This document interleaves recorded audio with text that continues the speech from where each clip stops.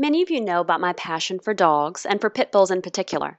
I'd like to talk a little bit about some of the misconceptions, the media bias, and the myths about this very misunderstood breed.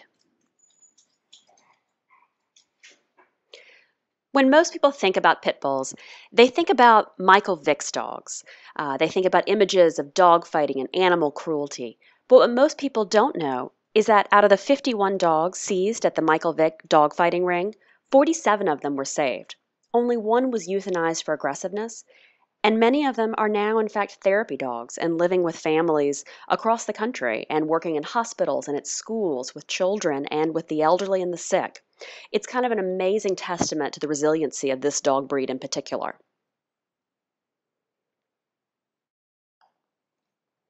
Pit bulls came over to the United States in the 1800s as valuable possessions of immigrants. They were used as farm dogs, they were used as nannies, and they were really valued for their family devotion and their loyalty. In fact, World War I, our mascot was Stubby. He was the most decorated war dog out there. He was used on all the advertisements and the promotional materials for the war. Here he is in his war uniform.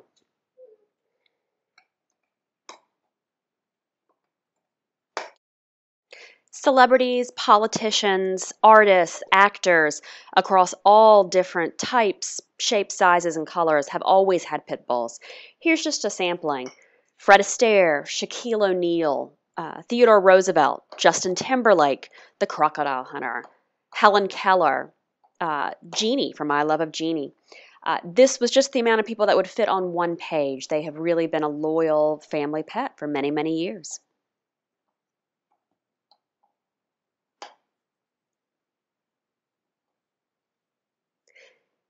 In fact, one of the most famous media dogs of all time, Petey from The Little Rascals, was actually a pit bull.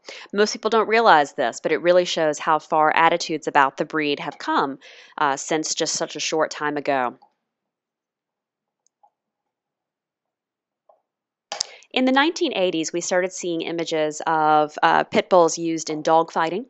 We started seeing images in the media of any big, scary dog was actually a pit.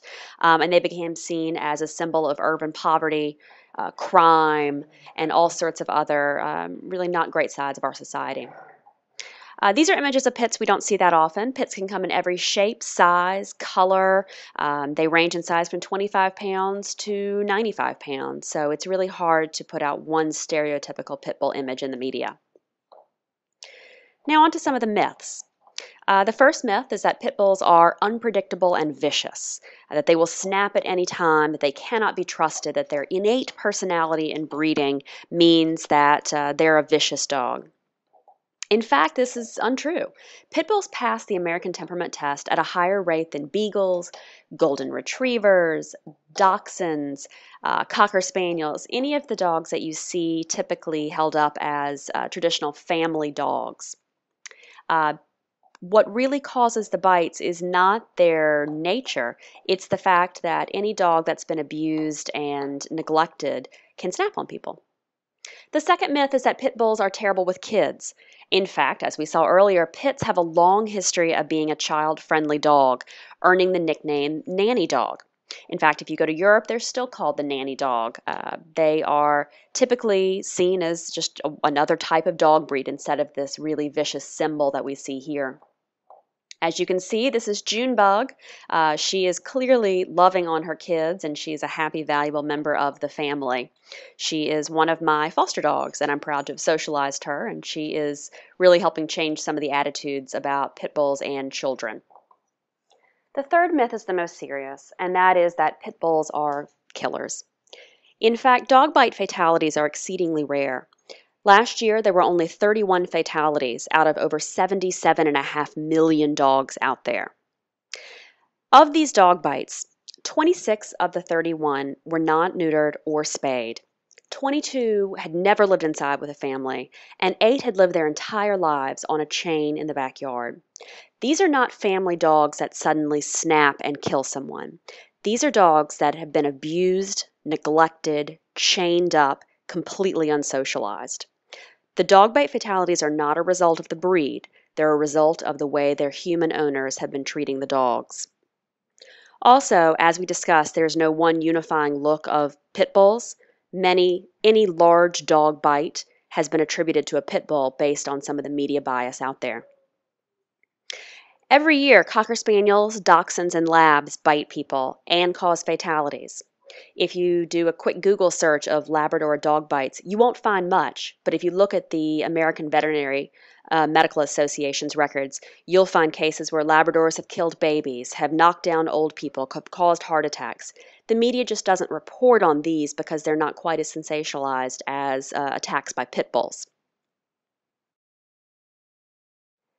This is why it's very important when you're looking at media reports to really take in some of that bias, to take into account the sensationalism and the ratings that people are looking for. If you really want to get an idea of what pit bulls are actually like, feel free to come by my house, where you can see vicious peaches resting and relaxing with my husband, or come by the shelter and really interact and meet one of these dogs and get to know their personalities for yourself so that you're not just relying on media headlines. If you're interested in learning more, there are a number of really good websites out there. BadRap.org, Bay Area Dog Owners Responsible About Pits, is a wonderful group that is responsible for rehabilitating Michael Vick's dogs.